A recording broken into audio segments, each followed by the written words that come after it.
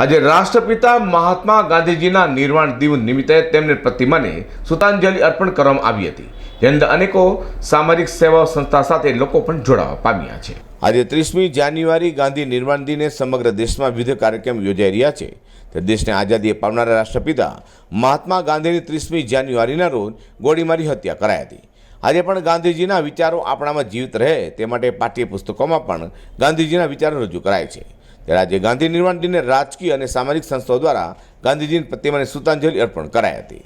આજે રાષ્ટ્રપિતા મહાત્મા ગાંધીજીના નિર્વાણ દિન નિમિત્તે અખિલ ભારતીય સેવાદળ સુરત શહેર દ્વારા દેશના મોટાભાગના શહેરોમાં રાષ્ટ્રપિતાને શ્રદ્ધાંજલિ આપવામાં આવી રહી છે.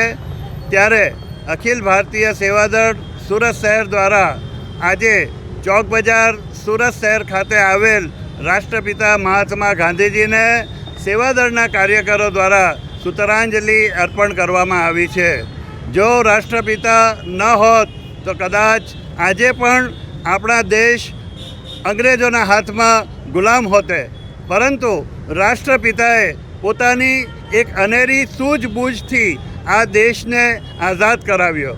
સેવાદળની સ્થાપના 1923માં થઈ. ત્યારથી સેવાદળે આ દેશને આઝાદી અપાવવા માટેનું એક ભગીરથ કાર્ય કર્યું અને એ કાર્ય રાષ્ટ્રપિતા મહાત્મા ગાંધીની સાથે રહીને પણ કર્યું.